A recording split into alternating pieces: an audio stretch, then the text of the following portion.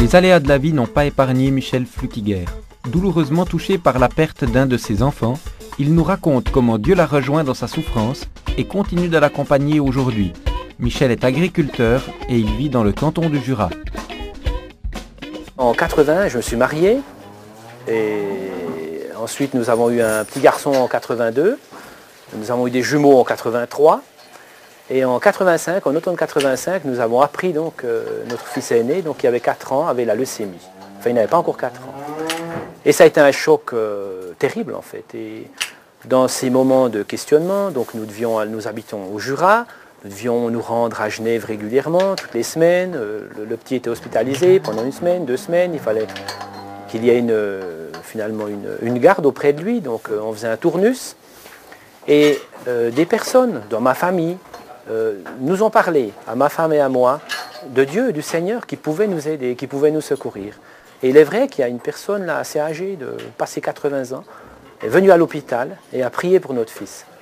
Et il y a eu une amélioration extraordinaire. À l'hôpital, donc à Genève, le personnel, les médecins, les infirmières ne comprenaient pas ce qui s'était passé.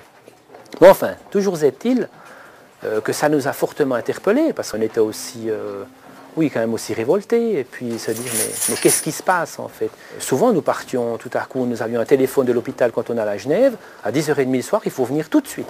Donc nous partions du Jura, nous arrivions à 1-2 heures du matin avec le petit. Il fallait placer les autres enfants aussi. Donc c'était très difficile. Mais ça a été un temps où finalement nous sommes revenus finalement à nos racines, je dirais, à cette foi qui nous avait finalement paru un petit peu dépassée. Et puis nous nous sommes remis à lire la Bible, remis à prier. Nous avons été encouragés aussi par bien des gens dans la famille, et aussi par des amis. Et nous avons appris petit à petit, au travers de ces événements très difficiles et douloureux, à connaître que Dieu nous assiste dans tous les moments de la vie. Et c'est vrai qu'il y a eu des moments extraordinaires. Nous étions à l'hôpital, il y avait des moments de joie intense. Malgré que nous avions appris, donc, notre fils avait une leucémie chronique. Donc chronique, il n'en guérirait jamais en fait. En tout cas, humainement parlant, j'entends, il ne pouvait pas en guérir. Et effectivement, il n'en a pas guéri, il est décédé donc au mois de juillet 86. Mais c'était très paradoxal. Paradoxal dans quel sens? Mais paradoxal dans le sens où lorsqu'on vit le décès d'un enfant, de son enfant, on est censé être complètement atterré, déchiré. Bien sûr qu'on souffre, mais on est censé être atterré. Et en fait, nous n'étions pas atterrés. Nous n'étions pas joyeux, évidemment, mais nous avions cette paix intérieure. Nous savions, finalement, et nous avions vraiment cette conviction intérieure que Dieu, dans tout cela, avait conduit tous ces événements.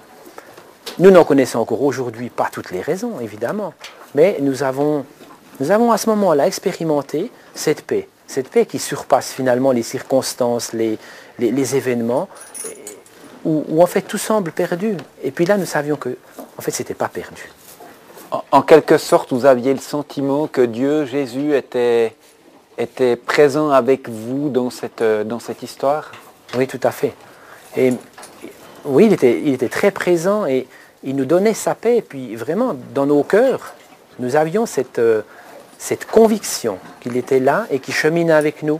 Et pas comme quelqu'un d'extérieur à la famille, mais vraiment comme quelqu'un qui comprenait nos souffrances, qui nous accompagnait, mais qui nous aidait à nous relever.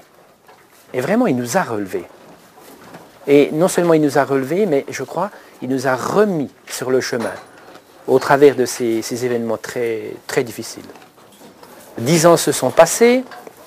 Nous avons eu entre-temps donc, un petit garçon, donc Gaëtan, qui est né en 93. Et il est vrai que suite au décès de Claude, suite à toutes ces difficultés, nous disions, mais nous ne pouvons plus avoir d'enfants. Nous avons trop peur, finalement, qu'il arrive quelque chose de semblable. Et finalement, Gaëtan est venu, et ça a été vraiment une joie, ça a été une guérison, un rétablissement pour nous. Pour moi, la foi en Dieu, qui n'a pas de répercussions pratiques, ne sert à rien.